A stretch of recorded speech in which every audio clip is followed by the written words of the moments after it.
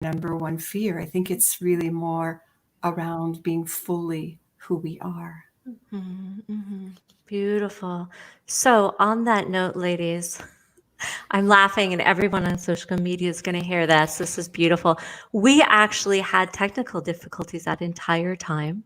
Oh my gosh. And And welcome to those of you who are tuning in now, because we were not live the entire time. So, those listening in, pay attention, because we will all have technical difficulties at some time. So we want to welcome you to the Elevate series. We're just going to dive back in again and roll with it.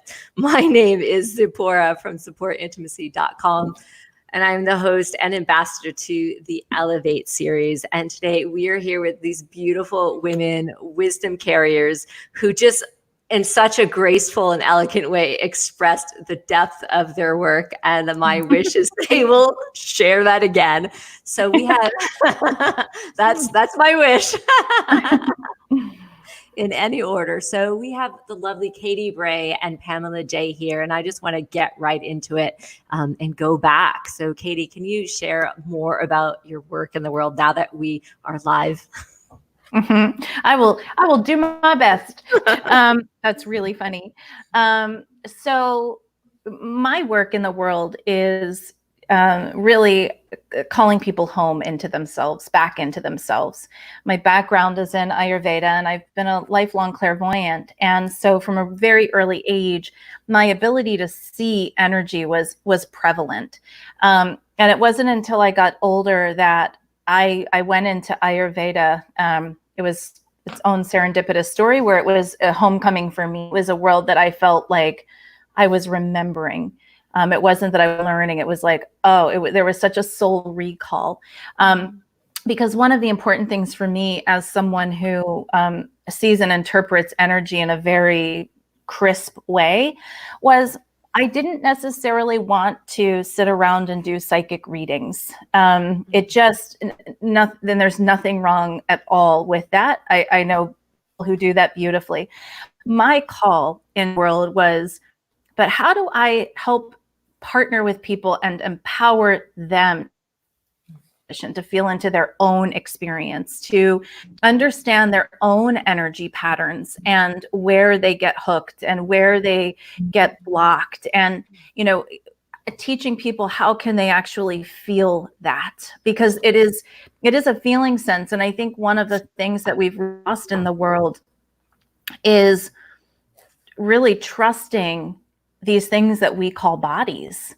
And as much as we talk about, rewiring the mind, all of this mind work, which I think is really very important as well, as it's all an important part of the conversation.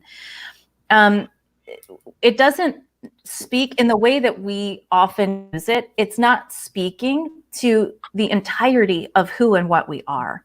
And so for me, having deeper conversations and working with people individually, helping them trust their intuition and spot their patterns and where they get tangled in their own energy system, and using practices, food and mantra and yoga and breath, things like that are very, very important in my world. Is all to call people back into themselves and bring themselves home. And to me, that's really the sense of embodiment, is to actually be occupying the space of our mind, body, spirit, and beyond, and have a sense of what's actually going on with ourselves, and trusting that we have all of that wisdom inside of ourselves. Mm-hmm. Mm-hmm. Beautiful, beautiful. And I shared this before, but what sticks out for me in your share was that aspect of felt sense, and that piece that we're never taught that. And one of the things I've witnessed is that how easy it can be when we don't have that felt sense, that type of connection to our core center, our essence, is how easy it is to give our power away. Whether that be in the medical world or someone else telling us what's wrong with us or what to do, because we're just not tapped into the language that our body is communicating to us in. So I love that. And I'm so excited that you're here today. So thank you, Katy. Thank you. Yeah. And Pamela, welcome back. Oh, it's nice to be here, and how exciting, Katie. Our work is very similar with some of the things that you're saying. I really, really resonate with as a voice confidence coach and a feminine leadership mentor for women who know they're born to lead, but may not necessarily be expressing themselves as fully, as confidently, as clearly as they would like to. And so I'm really loving what you brought up about the whole idea of the mind, and that we have this body, this wisdom that's within us that we can tap into. That is a bit of a different intelligence. And we're not taught that way. I learned at 38 years old, when I healed naturally from Crohn's disease as a young farmer's wife who knew nothing about energy work, stepped into a grain silo on my farm and was just sort of had this moment of sing. And I began singing, and the sound of my voice and that vibration pouring over my body was just like warm butter that felt wonderful and brought me back in touch with some of my own naturalness. 12 weeks later, they couldn't find my illness. I no longer needed the surgery, but it sent me on this 27-year journey of what happened. And I realized that I was disconnected, and I believe disconnected from my expression and my creative gifts and fully who I was. So instead of, fearing my illness and trying to kick it away, I loved it instead and became very in tune with these energies. I'm like you, Katie, and Tziporah too. I think you both are very much about helping others and empowering them to see how they can do this work themselves, because it's such a wonderful journey of discovery. So I too became realized I didn't really want to work as a healer as much as I wanted to just be there as a teacher and a guide. And it's such a beautiful time to be a woman and be leading. And our voice, it's our number one marketing tool. It's our number one way of reaching those we're here to serve, especially right now, as we're all needing to be online more. So I always say that I don't think public speaking is our number one fear as much as it's been said to be. I think it's more a fear of being fully who we are.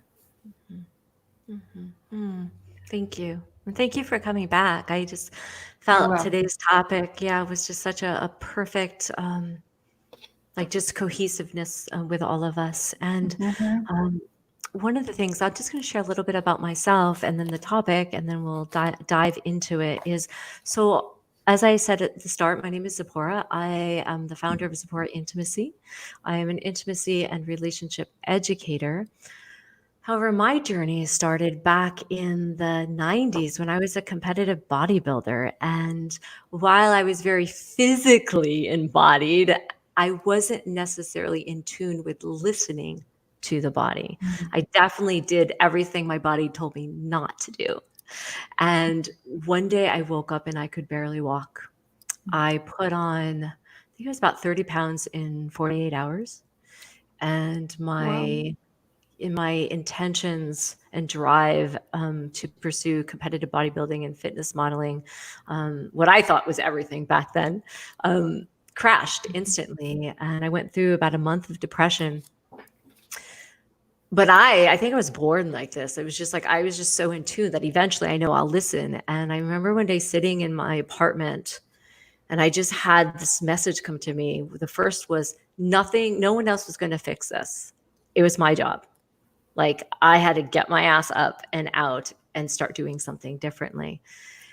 And the second piece was, in that moment, I recognized that I was forced beautifully. Back then, I didn't think so, but I was forced to feel more than I'd ever felt energetically, physically, and emotionally in my entire lifetime.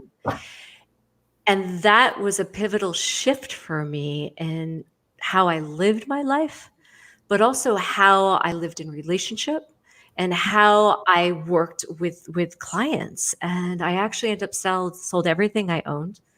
I moved to the Swiss Alps, left my cat on my mom's doorstep, And I lived in Europe for 6 years, but I was celibate. I chose to be celibate for 7 years. Hmm. And it's because in that moment when I felt so much, I was just like, wow, my life, my relationships, none of my choices are matching this higher essence of me, the way that I feel myself to be. And I was just like, I need to in this moment, and I choose to in this moment, is devote my life to building a radically profound relationship with my body, my mind, my sex, my spirit. And until I'm able to do that, there's no way that I would be able to be met in relationship. Mhm. And I do tend to be a radical of nature, but that's what for me instigated this felt sense that we're talking about. And we're going to dive into that topic of embodying change. And for me, that was my moment of shifting, like, oh, embodiment, that's it. And then choosing what I needed to do to take the steps to let my body unlearn and relearn how that looks and feels like in this living world. So with that being said, for you listening, is like we are diving into that topic of embodying change. And what does that even mean? I think for each of us, it might have a different definition, but even more so, I'm curious of what are the ways that we might sabotage, or the places in life that might interfere, like what choices we make that might interfere with us even having the ability to embody change. So I'd love to start there. So what are you seeing in the world that sabotages the ability or the choices that we make that interferes with it? Mhm. Well, I can start. I find this is true now. This is often true. It's certainly been true for me. It's definitely been true for the people that I've worked with. One of the things that I often talk about is, I call it sort of the 5 stages of embodiment. We could call it the 5 stages of transformation.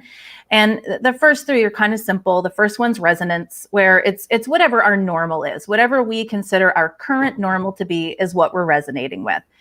And then something happens. There's some kind of disruption, whether it's internal or external. And that sends us into often some kind of disillusionment, where it just feels like all the pieces just blow, right? That's what ultimately kicks off transformation. And there we are, like in our little chrysalis, becoming sort of that little goo with just the eyeballs that have stayed the same from the caterpillar, right? And oftentimes that's where people stop the process, where they're just sort of moving through transformation and just sort of, they're either consciously moving through it, or they're just sort of waiting for it to be over, or they're sort of just seeing what's going to happen. And there's beauty in letting things unfold and seeing what's going to happen. There's no question about it. But the steps 4 and 5 are where I see most of us get stuck, or we miss it altogether. And that is, the first one is what I call orientation. So what we almost always do as human beings with the way that we are programmed is that we will often look for the things that are familiar to us so that we have a sense of safety. And so when we do not orient ourselves to a whole new landscape, when we've gone through this transformation, or even when we're embarking towards the end of it, if we're not orienting ourselves to what is new and what is possible, then we tend to be pulling ourselves back into that old energy, into that familiarity. And then we're stuck with the sort of the tension of those opposites that are pulling on us. And so if we're blessed enough to be aware that we need to orient ourselves to something new, the last piece of it is re-identification. Because not only is our landscape different, but we are different. We have to look at the way that we're identifying with ourselves, even the way that we're talking about ourselves, or the way that we're relating to this new landscape. Like, we don't necessarily want to take all of the same labels and understandings of ourselves. Like, if I was impatient, if I thought I was impatient my whole life, and that was just something I wore, when I move into this new place, do I really want to keep saying that? Do I want to keep identifying with a former aspect of myself, or am I willing to let that go and be this new version of myself in this new land?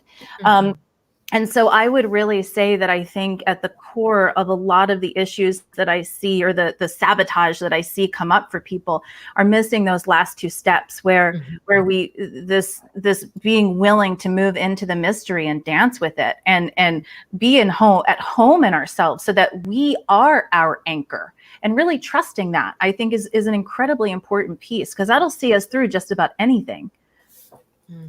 Dance with it. I love it. So it's, to me, it's, learning to dance with what we feel. And the one thing that I love to explore and share is like, how can we actually learn to become friends with those aspects of ourselves and these moments that you're speaking of, when we are in the disillusionment and we're in this space of the goo. You said the goo, and it's, I will own it. I love my goo. I love my goo so much. Maybe a little bit too much, I'll admit that. But if I can sit or be, I know stillness is really easy for me, but if I can be somehow with those feelings and have a conversation with it and ask the sensations or whatever's coming up in my body, what's going on, what do you need? And I sometimes simplify it so much to the point that my feelings in those moments become literally aspects of myself, like friends. And I have the story that these friends knock on my front door. And say, for example, rage knocks on my front door. And I open the door. Rage is really scary and flames and everything's really trying to freak me out. Yet rather than slamming the door and rage, right, which is what we often do, ignore it, don't want to look at it, go the other direction, is I develop a sense of center that I can just be there with rage. Yes. And eventually, the longer I am there with rage, right, rage will shift to a different feeling, a different sensation.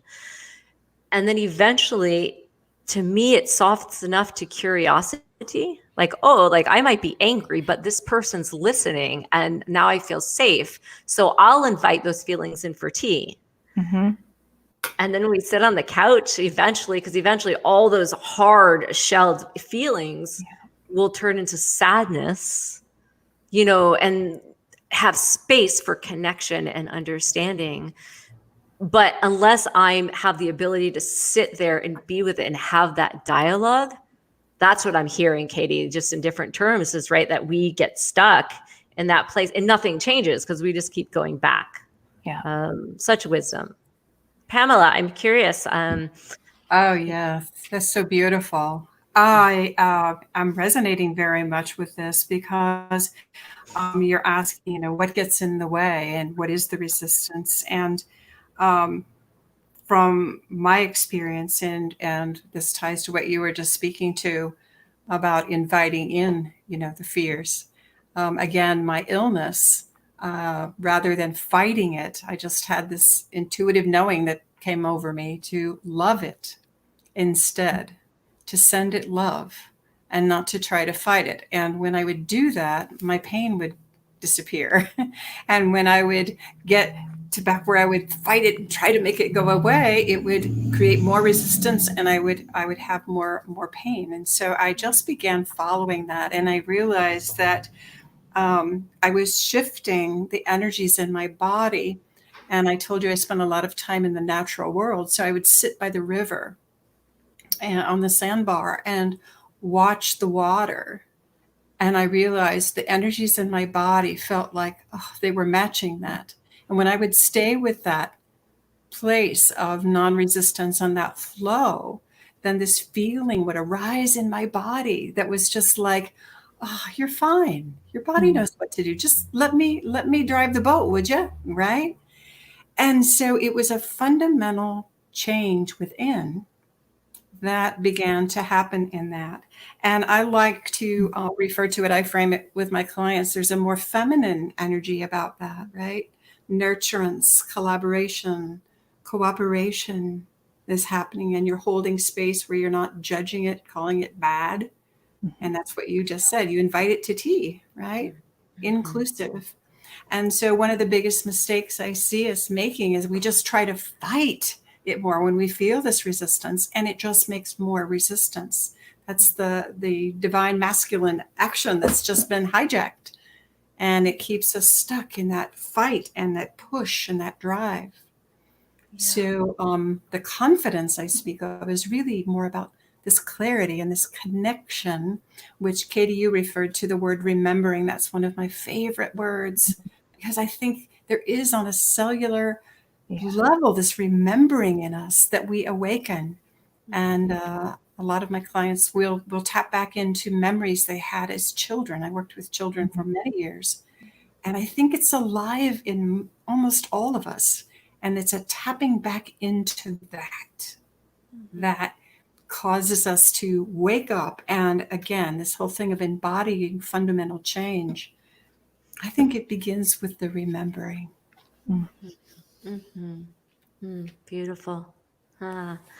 I'm curious, from in your personal life for both of you, this idea of embodying change, and even these steps that you went through, Katy, is what are some of, like, when we get to that piece around orientation and re-identification, but sometimes we slip back because of the comfort. I'm curious, when you experience some of your sticking points or have in the past, like, what are some ways that you've been able to identify them for yourself and help yourself get to that next step? So for me, it's a combination of things. I've been journaling since I was like 7 or 8 years old, literally. And so writing for me every morning is something that is just a piece of me. And I feel that through my writing, through various stages of my life, I didn't realize, it's just funny, some of the parallels that the three of us have.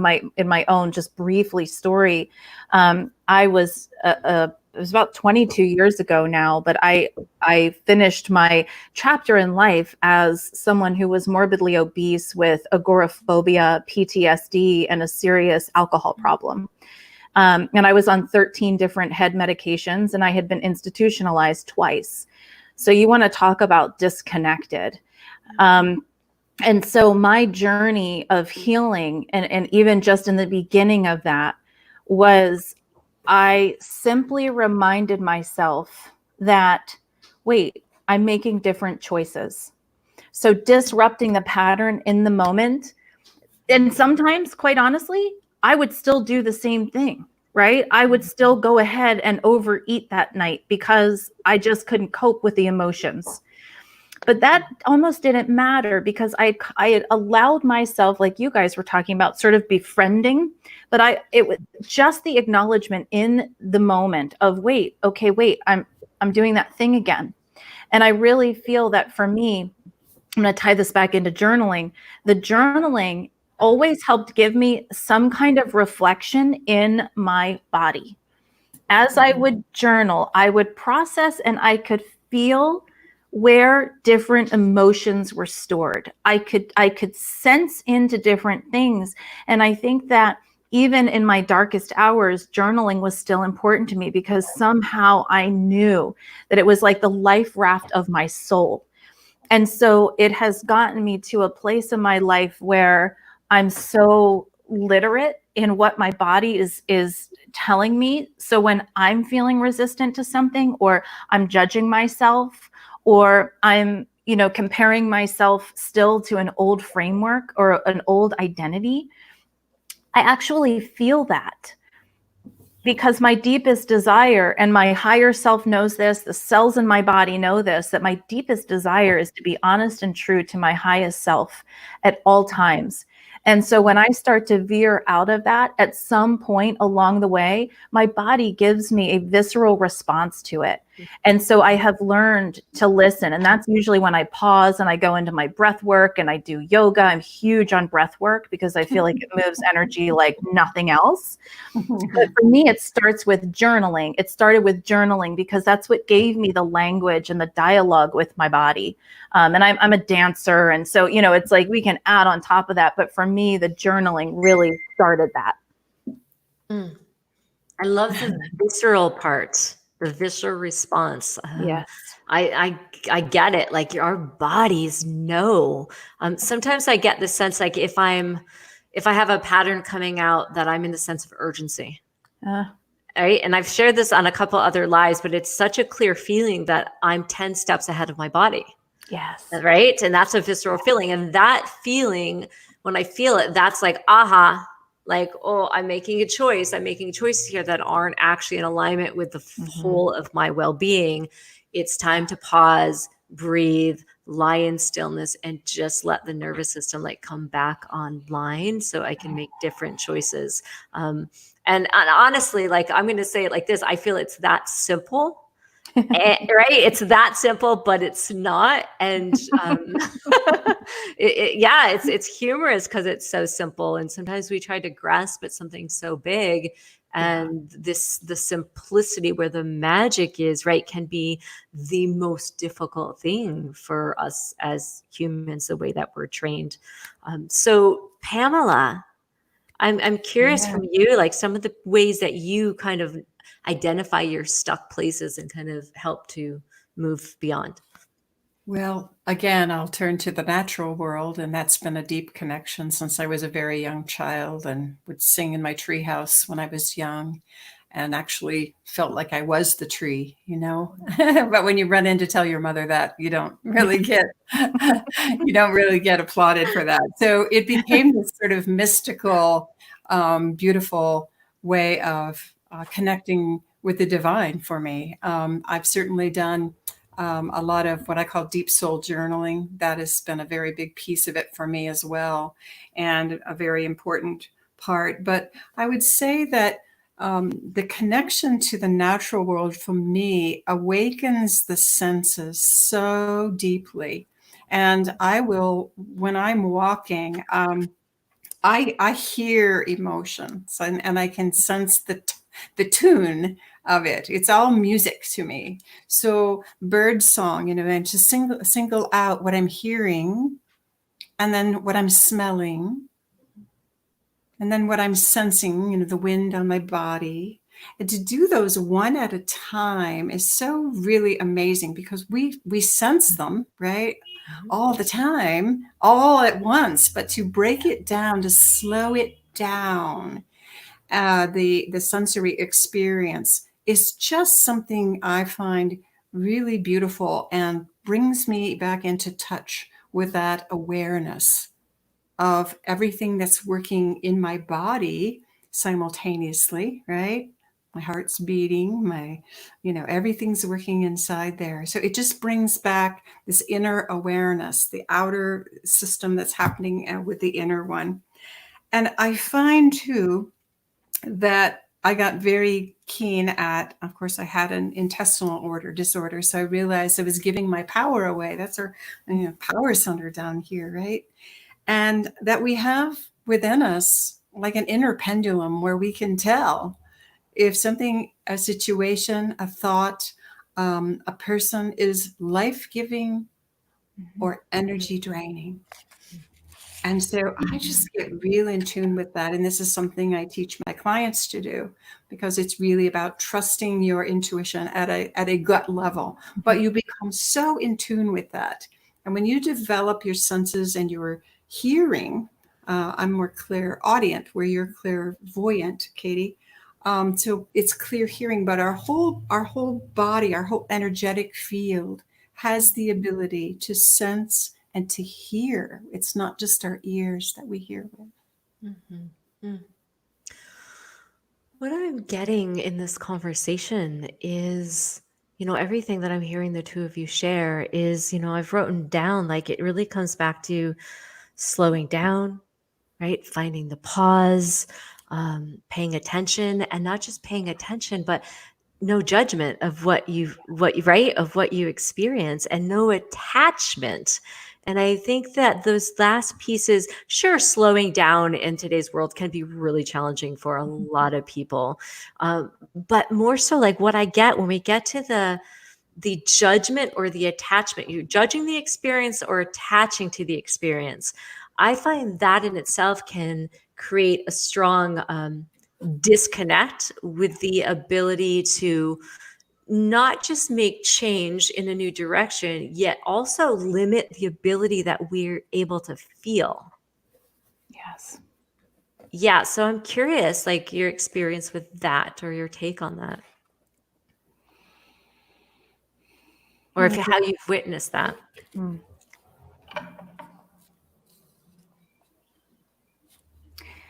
I think for me,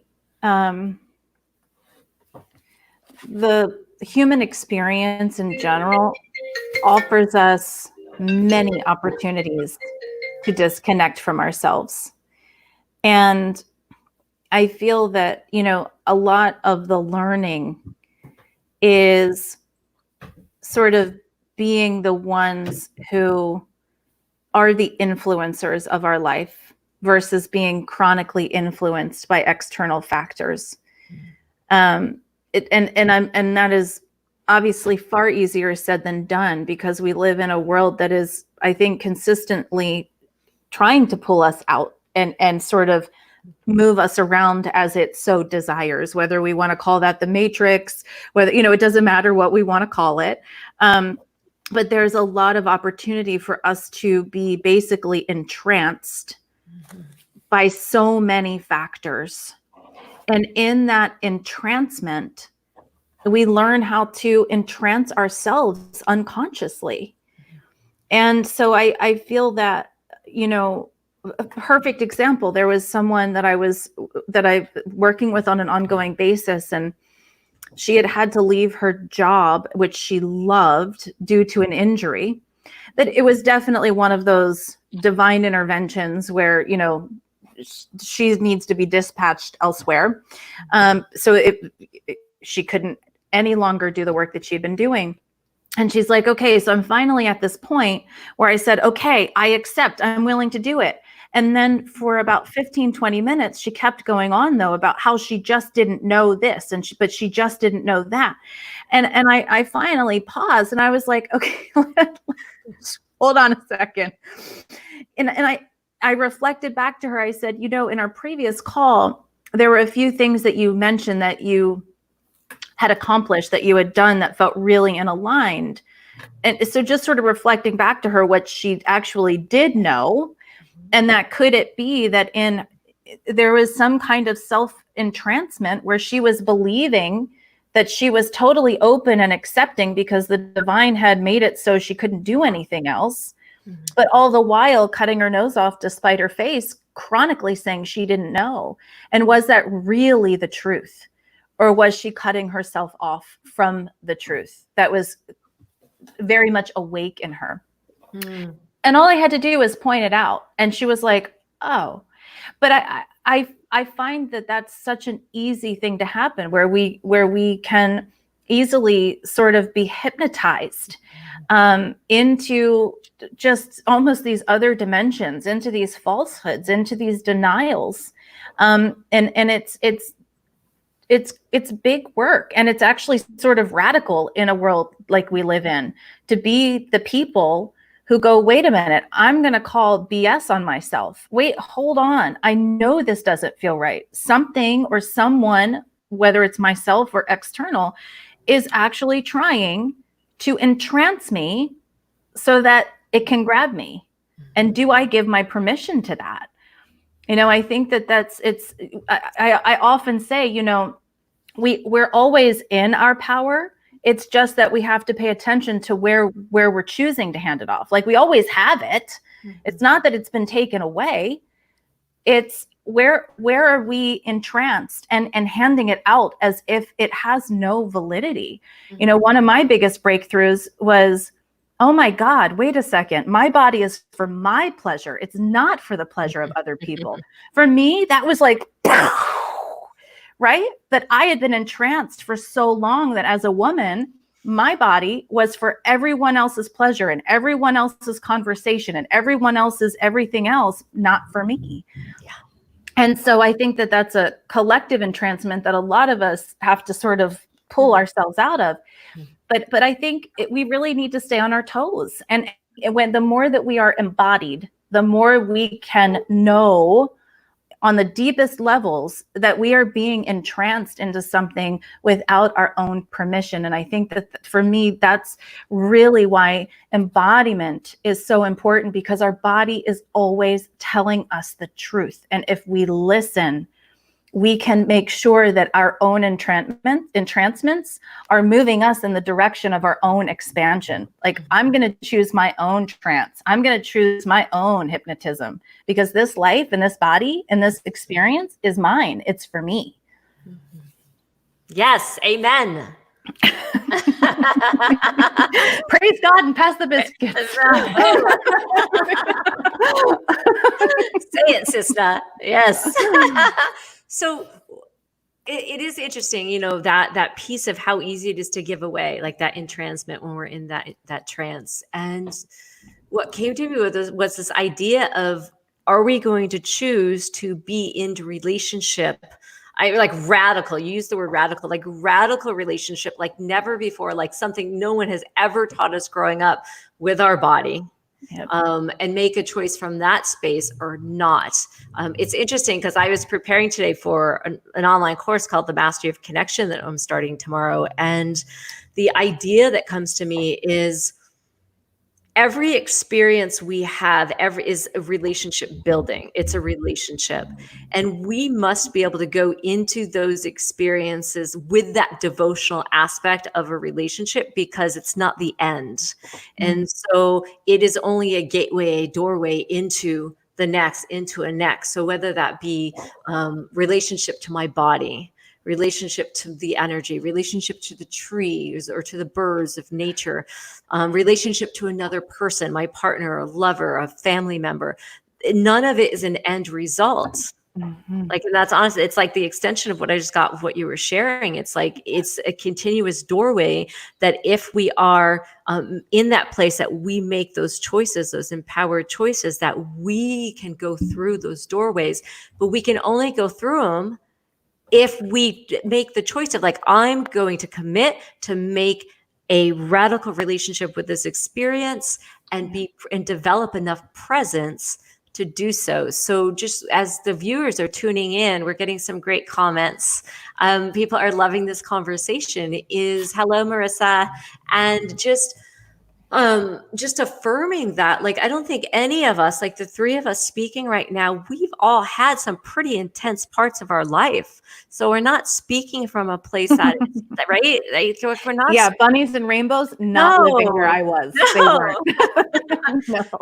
So we're not speaking from a place that even in those moments that we made a different choice, that it was easy, but there's something in us that we just knew, okay, so we have a choice. We can either sit and wallow in this, or we can take the first step. That's the last thing I want to share, and then I'm going to pass it over to you, Pamela, is sometimes when I notice that I'm getting stuck in like a loop, sometimes that happens if I'm on the computer too long working. And I can recognize and identify that I can't stop. Like, it's an energetic loop. It's really fascinating. So, but I'm present enough that I literally go in through visioning and I hold my own hand. Like it's a child. I grab my own hand. And in that moment, I have to have some really tough love. And I pull myself into meditation. And I'll sit for maybe 30 minutes of really difficult sitting. But because I know what's on the other side of that. So sometimes we just have to have tough love towards ourselves and identify when we need to implement that. Yeah. That's for sure. Yeah. That's beautiful. Thank you. Yeah, it's like consciously choosing to experience ourselves in different ways. You have to almost get so sick of yourself doing it the old way, right? That you finally just say, right? And look at the transformation. Katy, your story is phenomenal. You consciously chose to experience yourself in a new way in order to have that kind of transformation. Mm-hmm.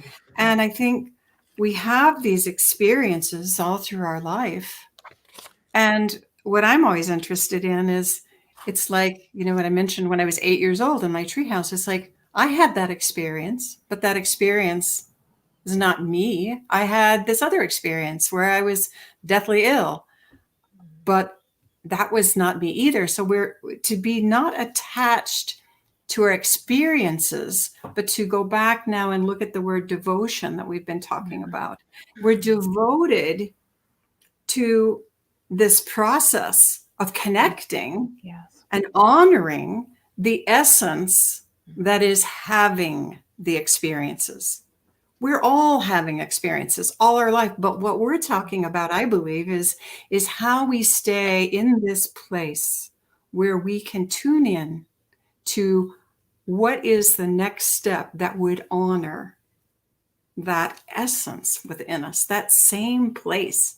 This is that still place in us that's different, that's not connected to the thoughts, but it's tuned in to this other knowing that we have. I call it perceptual intelligence. We have conceptual, which is our thinking mind, which plays a beautiful role. And then we have this other intelligence. Mm-hmm. And when we tap into that, I think we can live in a much less attached to the knowing and really devoted to exploring the mystery of life and the joy of that. Mm-hmm. Exploring the mystery. Living with a sense of curiosity. Absolutely. Right? The eyes of a child. Wow. Like I'll share. I'm sitting across from a window. I have a hummingbird that's nesting. Oh, I know. I talk about curiosity in the eyes of a child. I walked out the door the other day and I stood there and, I shocked the hummingbird but I just got really still. And I think this is a great example of just life. Like this moment presented itself. I recognized I didn't want to make it nervous. I wanted to calm my body so I didn't freak it out. And it came about a foot from my face and just checking me out. But I'm looking outside like I'm witnessing this process of this beautiful hummingbird nesting, making its nest, birthing, and those moments of the mystery. Because to me, that is just so mysterious and magical. And I think we all have these moments that impact our lives. And if we just pause and like receive them, and I think seeing them as a gift, and for me, that's part of devotion. It's kind of like, seeing the gift in that. So, I understand that we've gone through our doorways and our edges and we still have different ones. But I want to get to now for those listening, what steps, I know we've been implementing steps throughout our entire conversation, but if you had 3 steps or things that you often share with your clients, or one thing that you share with your client of how to start to implement that idea of embodying change in their life. And also in today's world, most of us, we've been in shelter in place for months, phases, right? We're starting to open up, no matter what we believe in or what we agree in right now. It's like the world's opening up again. What would you suggest that they could implement right now for that? For me, I'm so about starting with simplicity. I mean, starting and ending with simplicity, but I'll tell you some of my own favorite hacks that I tell people all the time. When it comes to slowing down, because I know for a lot of people, slowing down is hard. Meditation can feel very challenging. And so when I say slow down to people, I'm talking about, when you get up and you walk to the bathroom, use that time to really feel into your feet. Don't rush to the bathroom. Just take some full deep breaths and feel yourself walking to the bathroom. That's slowing down. You do that 5-10 times a day, 10 if you're like me, because I drink a lot of water. That's a lot of practice. when I use the restroom, and I say this to everyone and everywhere that I can, when you use the restroom, take 30 to 60 seconds to do slow, deep breathing, and just take that short period of time to get present. For me, starting that way and doing it short periods of time, multiple times a day, it really starts to shift things. And it really starts to, I find that with a lot of my clients, they start to get that feeling of, gosh, that felt really good. They don't necessarily realize how pent up they are all the time and how quickly they're walking to the bathroom or quickly they're doing this and getting this done and all that frenetic energy. Just those little shifts, it's like, oh my gosh, wait a second, there's a world here. So to me, those are two very simple, very powerful places to start. Oh, I love that. And that story, right, when we go to work or drive to work, for those of us who drive to work, and that, we're always getting from point A to point B and we don't remember what's in between. Yes. That's what came to mind when you were sharing. Yeah. And I think that happens. We wake up in the morning, we walk Yes. down the stairs, we don't even know how we got down the stairs. Right.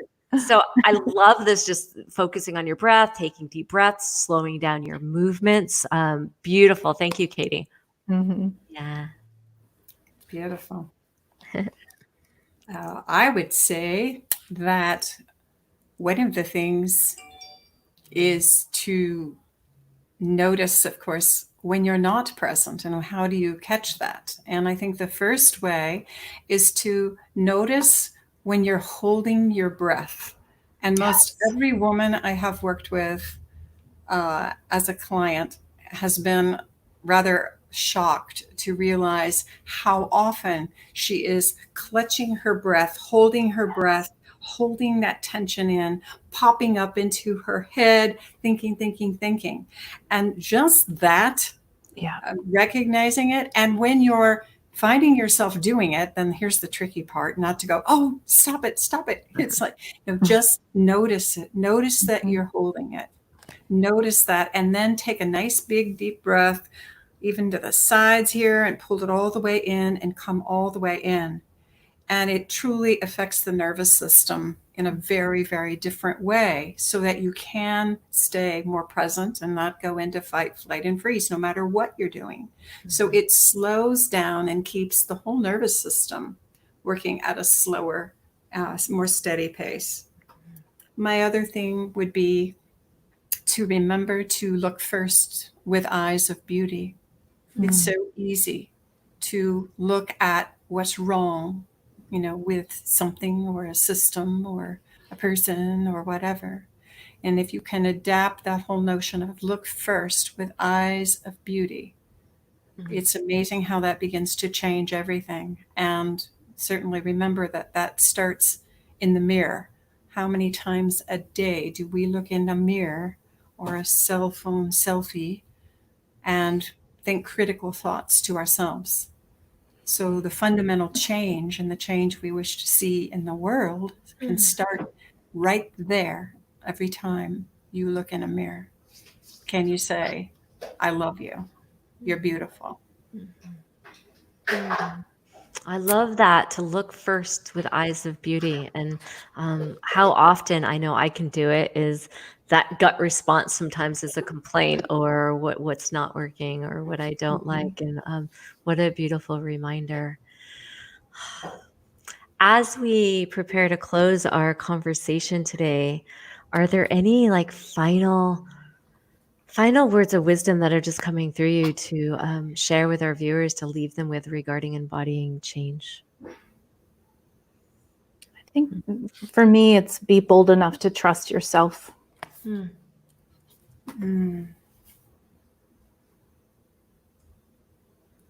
Beautiful.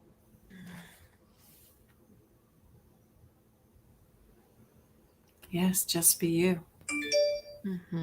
You're the only one who can be you. You're perfect, just as you are. Now.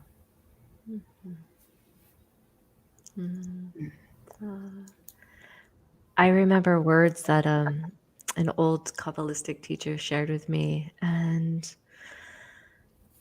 They said that beyond the fear, once you step through the fear on the other side, there's always a miracle waiting to happen. And that is something I want to pass on, and I take every step with, and it's never failed me. It always seems to be true. Yeah. Where can our viewers find you, amazing women? So we're going to plug in any courses or websites right now into the comments. For me, you can just find me at livewiththelightson.com. And go ahead. Go ahead. Okay. And I am at pamelajay.com, or you can come to my Facebook community, the She Dares to Lead Sisterhood, and come into that group if you'd like to. And if you do, there's a 20-minute free consultation that I'll do with you to just see if we can hear and sense where you might be blocking your feminine strengths and natural voice. So I'd be happy to do that. It's a lot of fun. Thank you, Pamela. Katy, did you have anything else you wanted to add? I forgot to mention I'm also on Facebook and YouTube as well. Under the same name? Yes. Okay. Wait, I'm just going to plug that in. That's Living with the Lights On. Live with the Lights On. Great. We got it in there. Wonderful. And for those of you curious to learn more about myself, you can always come by my website at tziporahintimacy.com. Pick up my latest book, Revolutionizing Intimacy, and I have a free course starting tomorrow, a beta launch. So there are a few spaces still open, and it's no charge to you. If you're curious to learn more, you can just send me a personal message. We go live on Tuesday and Fridays at 3 p.m. Pacific Coast time on the Elevate series. So you can join us over on Soulful Relating Institute with Tziporah. And until then, thank you, Katy and Pamela. This was an amazing conversation. I'm excited that I got to join both of you today. Yeah, thank you so much. And thank you, everyone, for tuning in. Bye for now.